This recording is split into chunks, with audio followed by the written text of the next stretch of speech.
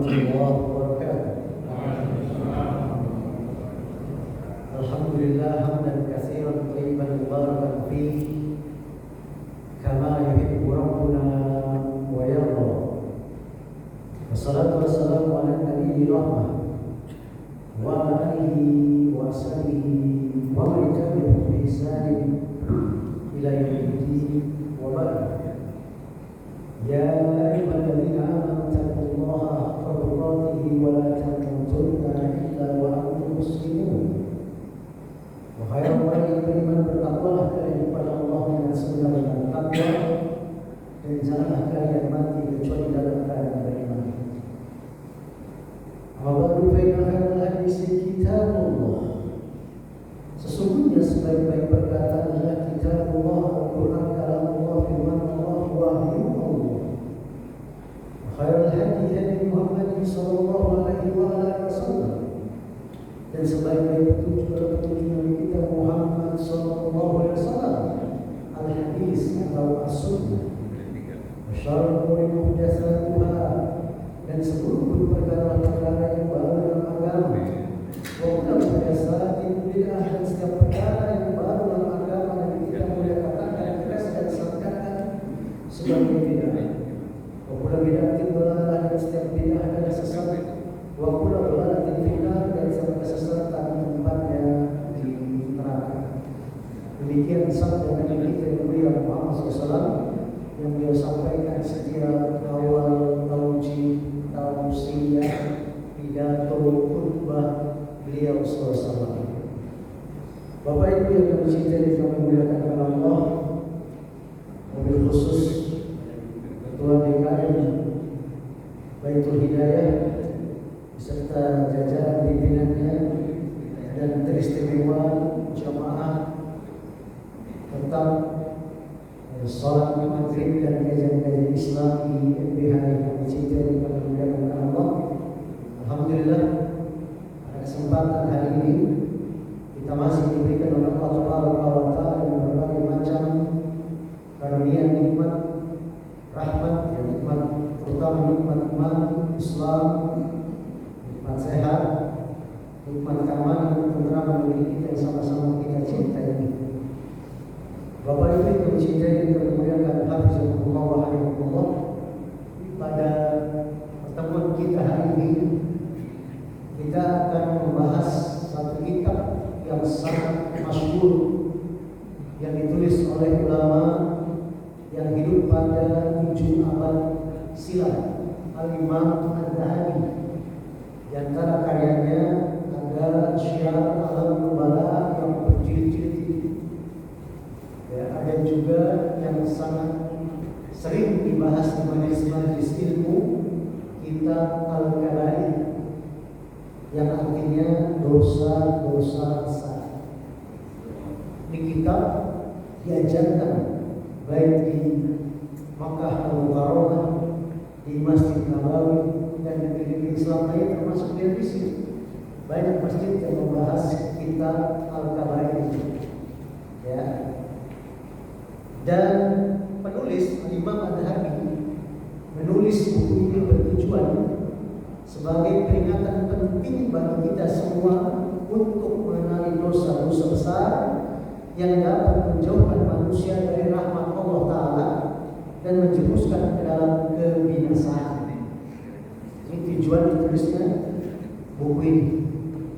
Dan buku ini kami ambil yang sudah dijelaskan oleh ulama, di antaranya oleh Syekh Profesor Dr.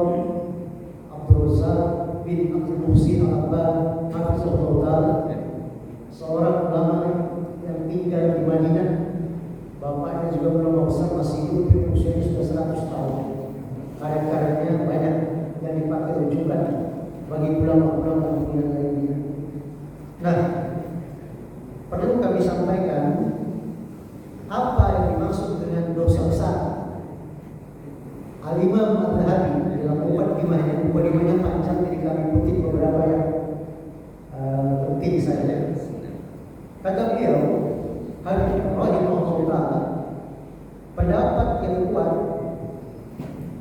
dan ditopang oleh dalil adalah bahwa siapa yang melakukan suatu dosa di antara dosa-dosa besar yang ada hukum hadnya di dunia seperti pembunuhan, ada kisos, bunuh balas bunuh, zina, pencurian, atau ancamannya di akhirat berupa azab, murka, atau peringatan keras, atau si pelakunya dilaknat melalui lisan Nabi kita, seperti yang sudah sering kita dengar, Nabi pernah bersabda dan artinya Allah melaknat laki-laki yang menyerupai wanita dan wanita yang menyerupai laki-laki.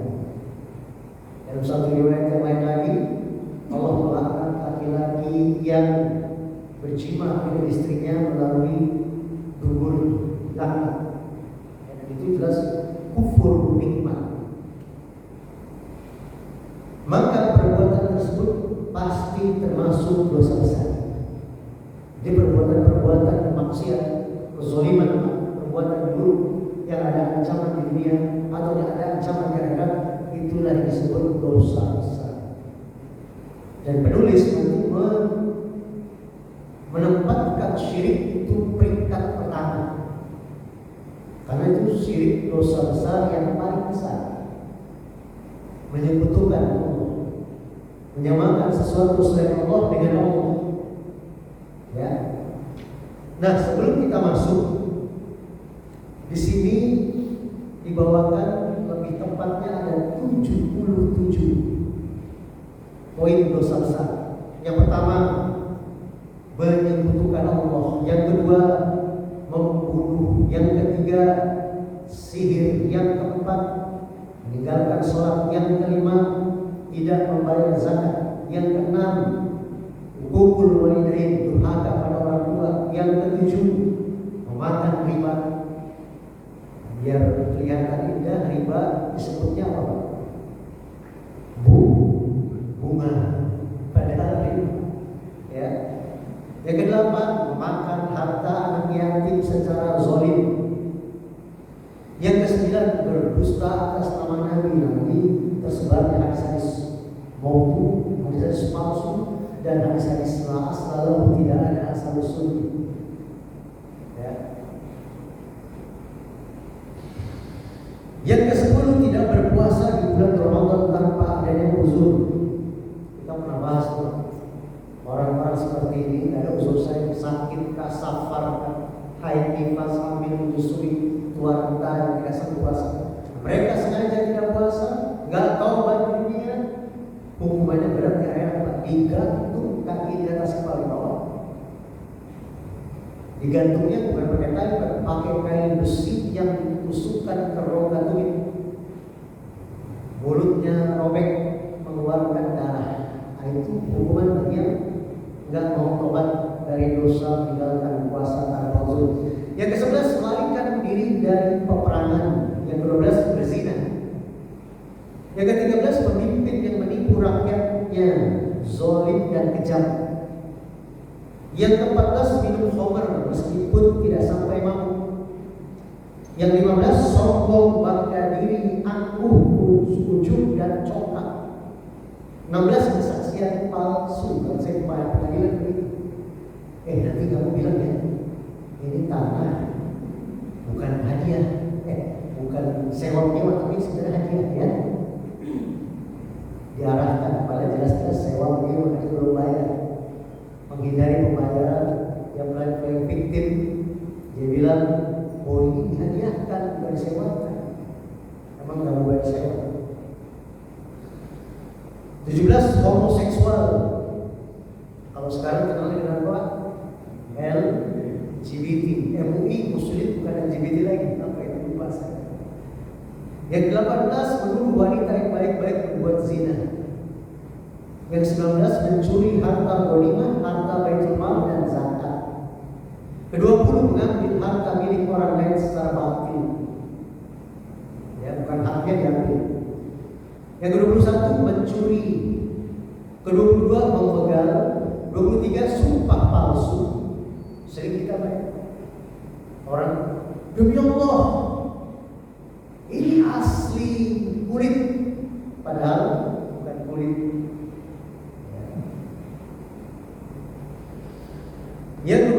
25 bunuh diri. Ini termasuk dosa besar yang paling besar. Yang ke-26 hakim yang jahat. Ya. Atau dalam yang tidak bisa pahami hukumnya itu tumpul ke atas, tajam ke bawah. Siapa yang bayar, dia yang menang. Ya. 27 menuntut keluarganya kepada tindakan keji. 28 wanita menyerupai laki-laki dan laki-laki menyerupai wanita. Ke-29 muhalil dan muhalal lahu. Ini ada penjelasan soal pernikahan yang terlarang. Yang ke-30 memakan bangkai, darah dan daging babi. Yang ke-31 tidak bersuci setelah buang air. Ini kebanyakan sebagian para supir udah kecil-kecil aja. Dia tidak istinja, tidak cebok. Nauzubillah, itu diantaranya akan mendapat azab kubur. Kalau dia tobat sampai meninggalnya, dia sempat tobat, enggak dapat azab. 32 melakukan pungli, pungutan liar. Ini masuk dosa besar. 33 riya, ya termasuk bentuk munafikan. 34 khianat. 35 menuntut ilmu demi mengincar dunia dan menyembunyikan ilmu, juga dosa besar. 36 menyebut pemberiannya. Ini termasuk diantara 3 golongan di akhirat di padang mahsyar nanti yang tidak akan dilihat Allah, tidak akan diperhatikan Allah, tidak akan diajak bicara oleh Allah, dan dia tidak akan disucikan oleh Allah, dan dia akan diazab dengan azab yang besar. Di antaranya orang yang nyebut-nyebut kebaikannya. Ya. 37 mendustakan takdir. Ya, ada tokoh liberal, saya nggak usah sebut namanya dulu. Katanya malaikat Jibril itu salah ngasih wahyu ke Nabi Muhammad. Ya. Jadi takdir iman kepada Allah, kepada Rasul, malaikat, kitab, ya, hari kiamat itu benar, tapi kepada takdir itu nggak ada. Manusia bebas mau ngapain aja. Nah, itu dosa besar. 38 menguping pembicaraan rahasia orang lain, ya kecuali memang ada mengungkap kejahatan. Beda nanti ada pembahasan tersendiri. Ke-39 suka melaknat, dikit-dikit melaknat, nggak boleh. Yang ke-40 mengkhianati pemimpin dan lainnya. Yang ke-41 membenarkan dukun dan ahli nujum. Ini juga ya banyak ngaku Islam tapi pergi dukun. Ya kalau itu sekedar dukun beranak, dukun pijat, nggak ada mantra-mantra tertentu, nggak apa-apa.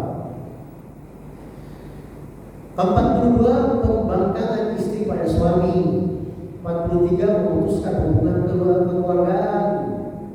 44 menggambar makhluk bernyawa di pakaian, dinding atau lainnya. Alhamdulillah ya, di masjid kita tidak ada foto seseorang.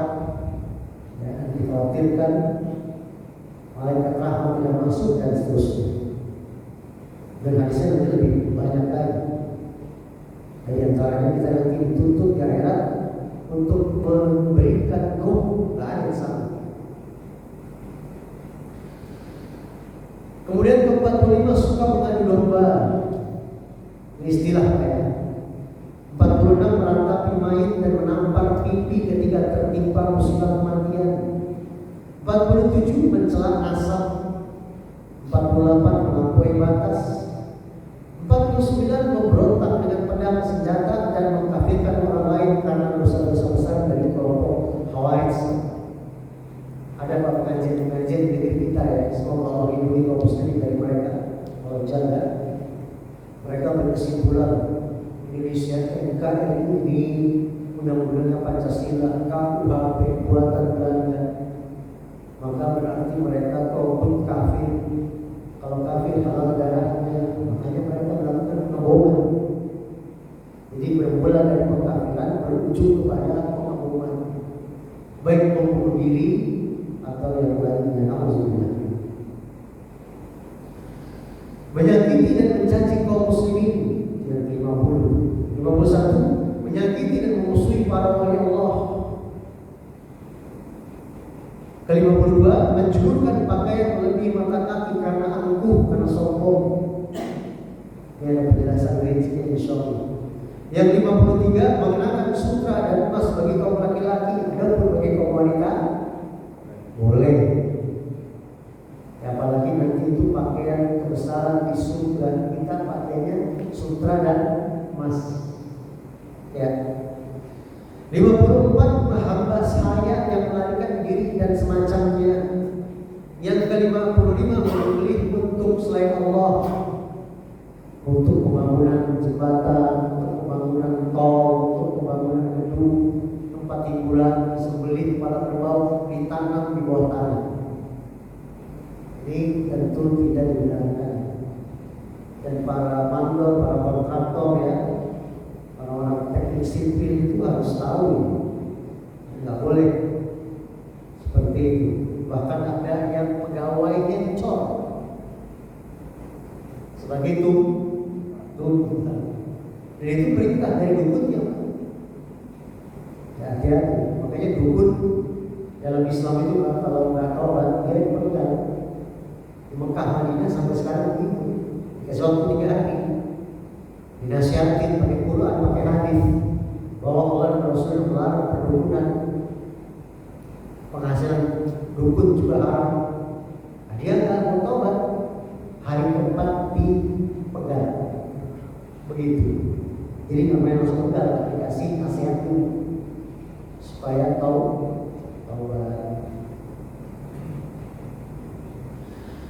Kemudian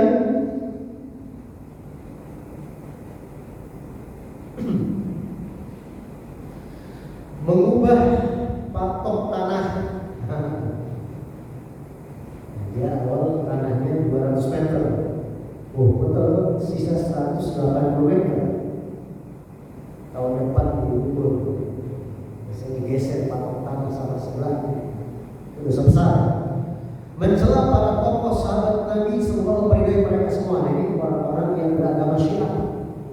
Kalau kita kan memuliakan, mengagungkan, meyakini para sahabat Nabi, terutama Abu Bakar, Umar, Utsman, Ali, semuanya ahlul jannah. Radhiyallahu anhum wa radu anhu. Allah ridho pada mereka dan mereka pun ridho pada Allah. Pasti surga. Sedangkan orang-orang yang beragama Syiah mengatakan Abu Bakar, Umar, Utsman pasti neraka. Bahkan mereka meyakini seluruh sahabat telah kafir kecuali 6 orang. Siapa? Ali, Fatimah, Hasan, Husain, Salman, Abu Bakar. Padahal Quran dan hadis Nabi menyatakan mereka semuanya masuk surga. Dan itulah akidah Ahlus Sunnah wal Jamaah. Mencela kaum Ansor secara umum itu juga dosa besar. Yang 58 menurut urutan mazhabi. 59 mengajak orang kepada kesesatan atau memberikan contoh yang buruk. Oh banyak sekali. Di Indonesia ini ada ribuan aliran sesat. Ya, ada ribuan aliran sesat. Ada di sebuah tempat keramat Pak, atas nama agama Islam. Itu kalau terkabul hajatnya harus berzina di atas kuburan. Berbayar. Ya. Kemudian wanita yang menyambung rambut, menanggalkan gigi dan mentato dilaknat, dosa besar.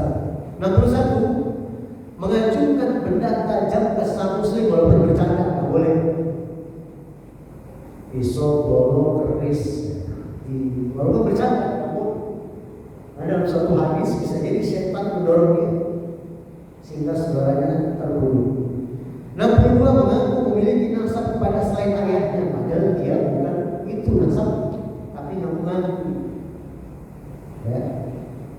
Makanya Pak, kalau orang mengadopsi anak, binnya tetap bin orang tua kandungnya, nggak boleh bin dia. Karena nanti dia tidak dapat waris. Si bapak tidak bisa jadi wali nikah, harus bapak kandungnya. Diberitahu memberitahu, ya kamu anak-anak, tapi tentu kasih sayang ya tidak kurang. Yang ke-23, tiaroh, dan ada kemungkinan tiaroh itu bukan dosa besar. Ya, nanti ada penjelasan rincinya ya. Tiaroh itu menganggap sial sesuatu, kata Nabi, at-tiaroh syirkun, at-tiaroh syirkun, at-tiaroh syirkun, menganggap sial sesuatu syirik, menganggap sial sesuatu syirik, menganggap sial sesuatu syirik. Dari Sahih Bukhari Muslim. Yang menganggap sial seperti Pak, ada sebagian kita nabrak kucing dianggap sial. Aneh ya, nabrak kucing dia kubur, nabrak orang dia kabur. Ya. Kalau sedengar suara burung gagak malam-malam katanya ada ini itu, dan seterusnya dan seterusnya. Kesialan Pak dalam akidah Ahlus Sunnah Jamaah itu datangnya dari maksiat dan dosa yang kita lakukan. Kesialan itu dari maksiat dosa yang kita lakukan. Kesialan itu datangnya bukan dari benda, tempat, angka, hewan, arah. Kalau kita ke TB Simatupang Pak, itu gedung lantai puluhan. Bapak masuk, lihat nggak ada lantai di lift itu, lantai 4 dan 13 nggak ada. 1, 2, 3, 3A, 5, 10, 11, 12, 12A, 14. Itu mereka membangun gedung sesuai feng shui. Ya begitu.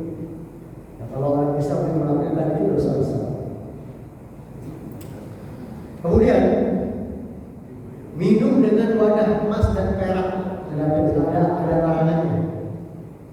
Adapun kalau itu imitasi, yang nggak boleh kasih emas perak. Minum, bayangkan Pak, minumnya pakai itu sangat kaya. Itu di antara hikmahnya supaya tidak ada kesenjangan sosial.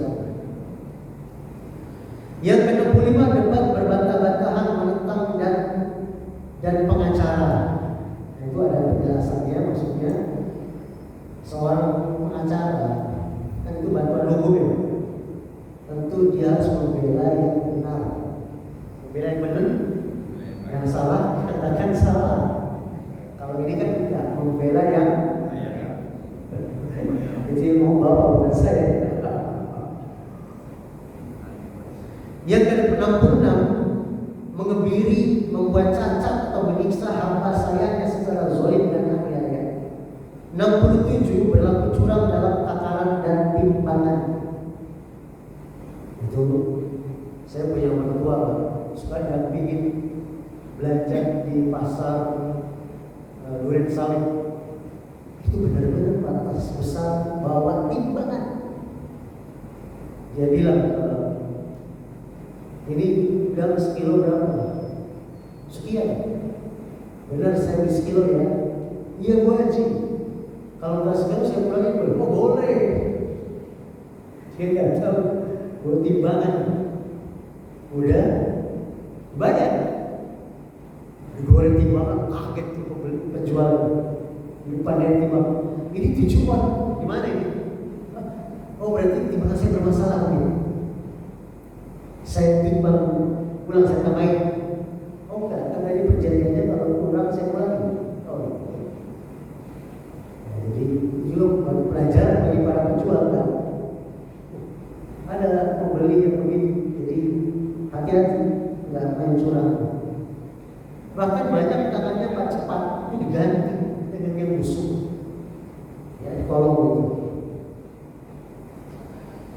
Merasa aman dari makar Allah, itu ke-8. 69, berputus asa dari rahmat Allah. Ini di antara akidah kita ya. Sebagai seorang muslim tidak boleh merasa aman dari azab dan makarnya Allah. Tidak boleh merasa aman. Dan seorang itu tidak boleh berputus asa dari rahmat Allah Subhanahu wa taala. Kemudian yang ke-70, mengingkari kebaikan orang lain. Ke-71, menahan kelebihan air tanpa mau memberikannya kepada orang yang sangat memerlukannya. 72 menato hewan di wajahnya, apalagi pakai besi panas, menyiksa itu namanya. Yang 73 berjudi. Yang ke-74 berbuat kejahatan di tanah haram. Yang ke-75 meninggalkan sholat Jumat agar sholat sendirian tanpa uzur syar'i, karena sakit, safar, atau bukan karena paginya dia sudah sholat Id. Kan kalau sholat Id bertepatan dengan Jumat, kita diberi option pilihan. Sholat paginya sholat Id, ya, siangnya sholat Jumat, itu boleh pilih. Boleh dia tidak ikut sholat Jumat, tapi dia tetap sholat zuhur 4 rakaat. Ya, tapi yang lebih afdol dia tetap ikut sholat Jumat, dan itu dilakukan Nabi dan para sahabat radhiyallahu anhum jami'an. Ya. Kemudian memata-matai dan membocorkan rahasia kaum muslimin. Siapa? Orang-orang kafir, tak boleh. Yang 77 perkara-perkara yang mungkin termasuk dosa-dosa besar dijelaskan di bagian akhir. Nah, kita masuk Pak ya. Jadi setiap bab pembahasannya lumayan rinci, jadi kita dimohon untuk bersabar mengikuti. Al-Imam Az-Zahabi di poin pertama kata beliau, al-kabiratul ula asyirku billahi ta'ala. Dosa besar yang pertama yaitu menyekutukan Allah yang Maha Tinggi, Allah Ta'ala. Dijelaskan oleh Syekh Profesor Dr. Abdul Razak bin Abdul Muhsin Al-Abbad Hafizahullah.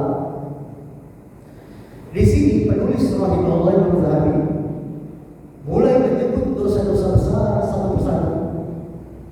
Beliau memulai dengan menyebut syirik, mengikuti metode nas-nas Al-Quran dan Sunnah.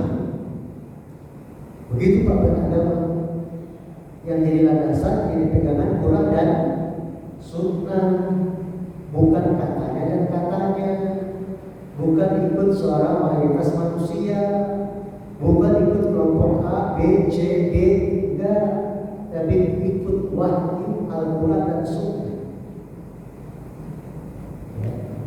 Bahkan hadis Nabi Pak itu bagian dari wahyu. Wa ma yantiqu 'anil hawa in huwa illa wahyun.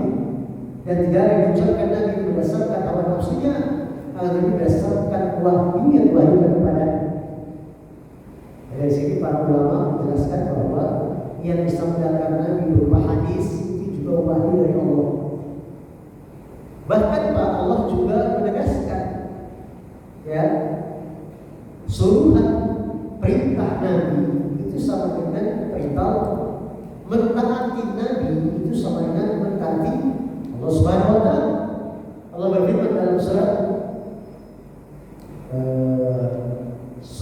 Al-Anfal, surat An-Nisa ayat 8, "May yuti'ir rasulah faqad ata'a Allah.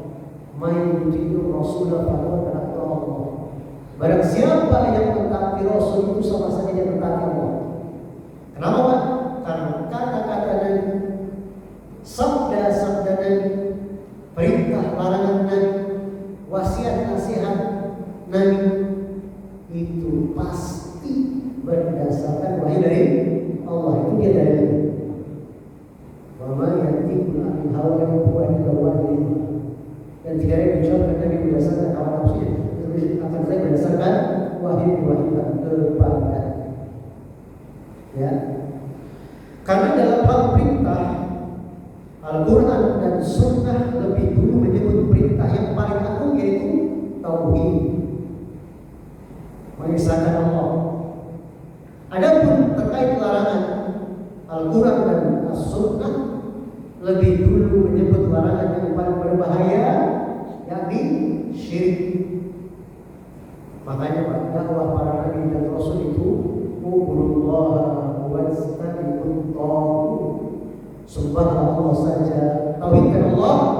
dan jauhi segala macam bentuk kesyirikan, baik syirik besar, syirik kecil. Ya.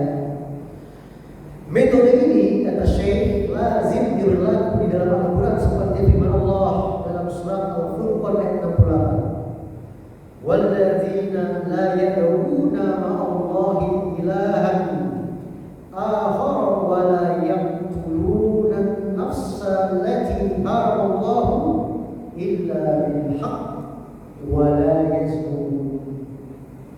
Dan orang-orang yang tidak mempersekutukan Allah dengan sembahan lain, tidak membunuh orang yang diharamkan Allah kecuali dengan alasan yang benar. Nah, itu tadi. Bunuh balas bunuh, tapi yang melakukan pemerintah, yang melakukan penguasa yang sah, bukan orang per orang. Saya berarti, ya. Allah, orang yang diharamkan Allah kecuali dengan alasan yang benar dan tidak wala yaznu, tidak berzina. Ini dalam satu ayat Al-Furqan ayat 68. Dalam ayat yang lain Allah berfirman dalam surat Al-An'am surat 6 ayat 151. Qul ta'alu atlu ma harama rabbukum 'alaikum alla tusyriku bihi syai'an wa bil walidayni ihsana. Katakanlah wahai Nabi Muhammad, kemarilah kata Allah, aku akan membacakan apa yang diharamkan Rabbmu kepadamu, yaitu janganlah mempersekutukannya dengan apapun, berbuat baiklah kepada kedua orang tua. Itu ayat-ayat yang menjelaskan tentang wajibnya mentauhidkan Allah dan haramnya berbuat syirik. Ya. Dalam surat yang lain Al-Isra surat 17 ayat 22 sampai 23 yang artinya janganlah engkau menjadikan Tuhan yang lain bersama Allah, sebab nanti engkau menjadi tercela lagi terhina. Rabb telah memerintahkan agar kamu jangan menyembah selain Dia dan hendaklah berbuat baik kepada ibu bapa. Ya, kata Syekh, pada rangkaian ayat selanjutnya Allah menyebut 18 perintah dan larangan. Jadi dibawakan di 3 ayat, kemudian ada lagi di 18 ayat yang lainnya. Begitu besarnya mentauhidkan Allah dan begitu hinanya, rendahnya kita melakukan kesyirikan kepada Allah. Dengan demikian, ketika Al-Quran menyebutkan sejumlah perintah yang lebih dahulu disebut adalah tauhid, karena tauhid itulah yang paling agung, ketaatan yang paling baik, paling luhur, sekaligus menjadi asas segala ketaatan. Adapun terkait larangan, Al-Quran lebih dahulu menyebutkan syirik, menyebutkan Allah Subhanahu wa Ta'ala dengan mengingatkan agar mewaspadai dosa syirik tersebut. Demikian pula metode as-sunnah dalam menyebut perintah dan larangan. Penulis yang dimaksud Imam Zahabi, ya, ini kan yang mensyarah adalah Syekh Profesor Dr. ya, Abdul Razak bin Abdul Muhsin Al-Abbad Hafizahullah. Penulis menyebutkan 2 hadis terkait dosa-dosa besar. Setiap hadis lebih dahulu menyebutkan syirik, karenanya penulis rahimahullah lebih dahulu menyebut syirik. Maksudnya urutan dosa besar yang paling besar di kitab Al-Kaba'ir diletakkan oleh penulis tentang syirik yang pertama, karena ini dosa besar yang paling besar. Syirik itu merupakan dosa yang paling besar dan paling berbahaya. Syirik merupakan dosa yang pelakunya tidak diampuni Allah Tabaraka wa Ta'ala jika ia mati di atas kesyirikan. Oleh karena itu, siapa yang berjumpa Allah dalam kondisi sebagai seorang musyrik, maka tempat kembalinya neraka jahanam, kekal di dalamnya. Ia tidak dibinasakan hingga ia mati dan azab yang tidak diringankannya. Bapak-bapak Ibu sekalian kami cinta dan dimuliakan Allah, dalam akidah Ahlus Sunnah wal Jamaah, kalau ada seorang di kehidupan dunia yang musyrik, syirik, murtad, itu masih bisa diampuni kalau dia taubat dan nasuha sebelum mati. Tapi kalau dia mati dalam keadaan seperti itu, syirik, musyrik, kafir, murtad, munafik, itikadi misalnya, maka nggak diampuni oleh Allah. Jadi bisa diampuni dengan catatan taubat sebelum wafat.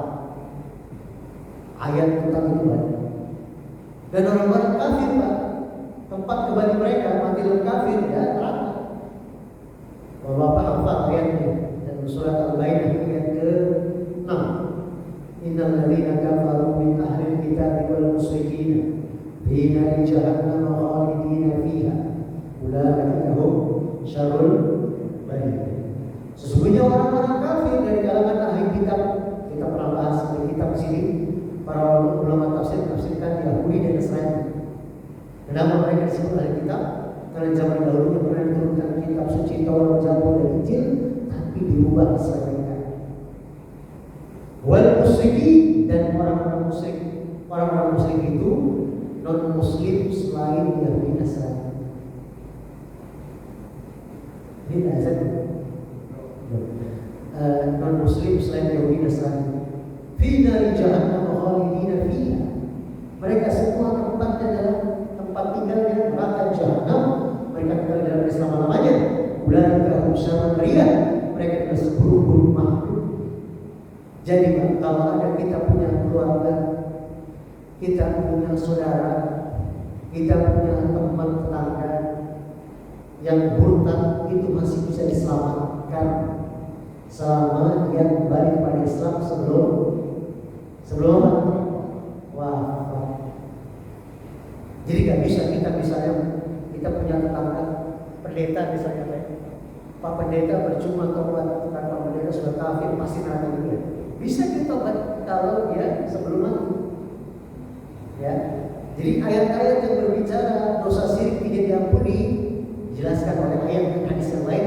Maksudnya kalau dia sampai matinya tidak taubatan nasuh, maka dia akan neraka. Ya. Itu dulu Pak yang bisa kita sampaikan. Tapi ada sedikit kesimpulan ya. Kata Syekh, dapat disimpulkan syirik atau menyekutukan Allah adalah puncak kezaliman dan dosa yang paling besar.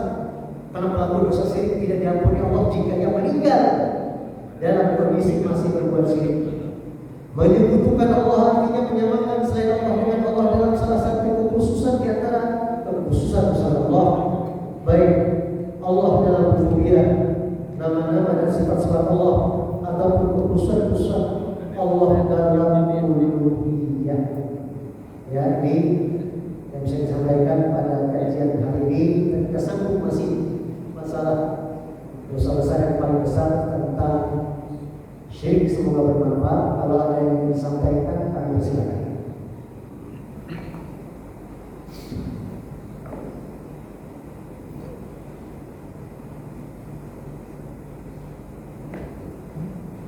Nanti ke depannya juga akan dijelaskan contoh-contoh ya. Seperti orang mati jima, seperti orang minta kepada orang yang telah mati di kuburan, ya, seperti orang yang percaya dengan tempat-tempat yang dianggap angker keramat sehingga dia melakukan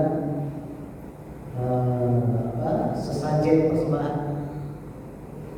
dan lain-lain. Wallahu a'lam. Tidak ada? Baiklah. Oh, ada.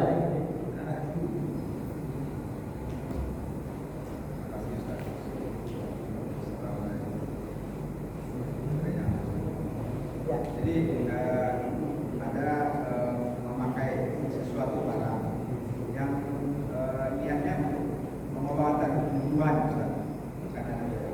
mengeluarkan memakai suatu barang, ya. benda yang niatnya untuk kesehatan, ada yang melancarkan darah, maka itu termasuk buatan sihir juga. Ada lagi Pak? Satu dulu ya. Pertanyaan Pak Iwan, kalau yang tidak dengar, ada orang-orang yang memakai gelar kalung kesehatan. Apakah itu syirik juga? Para ulama merinci. Kalau gelar kesehatan itu benar terbukti secara ilmiah, diteliti,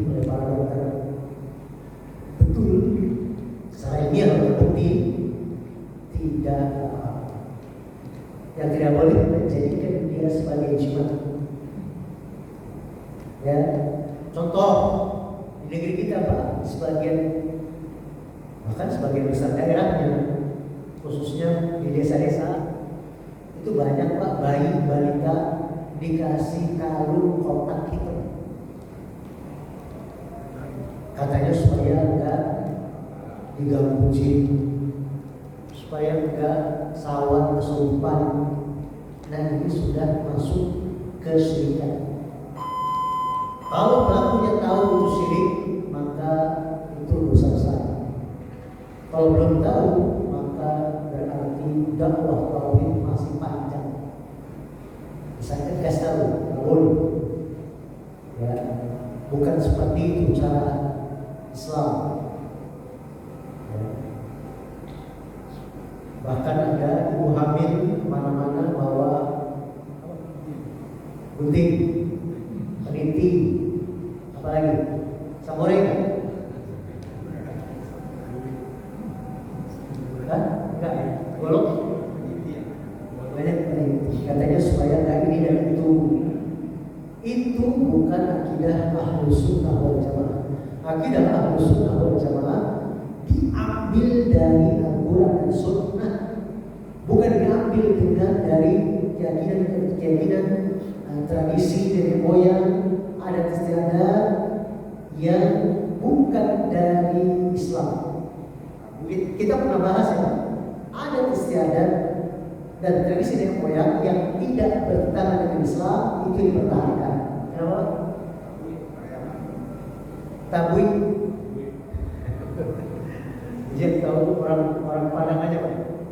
Tabui melakukan semacam sesajen perayaan di pinggir pantai atas kematian Husain, gitu kan? Nah itu tradisi dari agama Syiah. Kalau di Jambi di Bengkulu namanya tabot, ya. Maka itu sudah jauh-jauh hari dilarang oleh ulama kita, diantaranya oleh Profesor Dr. Biamka di bukunya antara Hayal dan Tuan Kurau. Nah, kami baca di situ Biamka menentang praktek tabui di pinggir pantai Pariaman. Ya. Nah, ayah saya juga orang Pariaman. Begitu, ya. Semoga Allah berikan hidayah kepada mereka dan kita semua.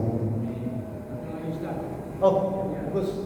Gini, banyak fenomena di masyarakat ini kan sekarang orang tuanya Islam, kemudian anaknya karena dalam pergaulan dan sebagainya berpindah agama. Nah, kemudian dengan pindahnya agama, tanggung jawab siapa? Pak, masih orang tuanya atau setelah menikah si anak menjadi tanggung jawabnya? Baik, kalau ada orang tuanya Muslim, lalu sebagian anaknya karena pergaulan Pak murtad masuk agama non-Muslim, pertanyaan bagus, tanggung jawab siapa?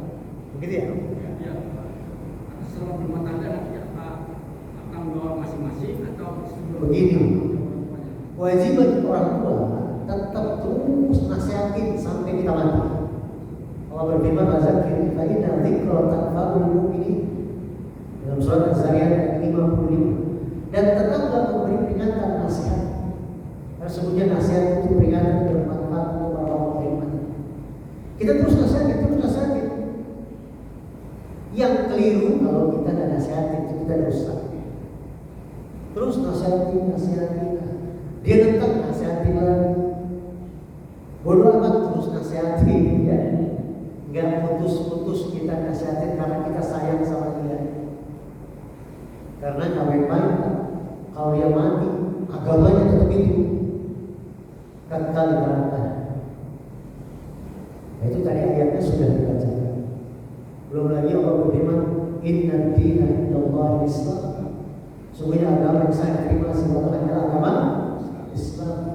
Wa man yabtaghi ghairal Islam dinan fala yuqbal minhu wa huwa fil akhirati minal khasirin. Barang siapa yang mencari agama selain agama Islam, Sungguh sekali-kali dunia tidak akan diterima oleh Allah. Dan di akhirat dia termasuk orang-orang yang sangat-sangat rugi. Maksudnya kekal neraka atau ulama tafsir. Jadi Pak, kita sama orang yang murtad, sama orang yang belum beragama Islam, bukan benci tapi kasihan. Kasihan.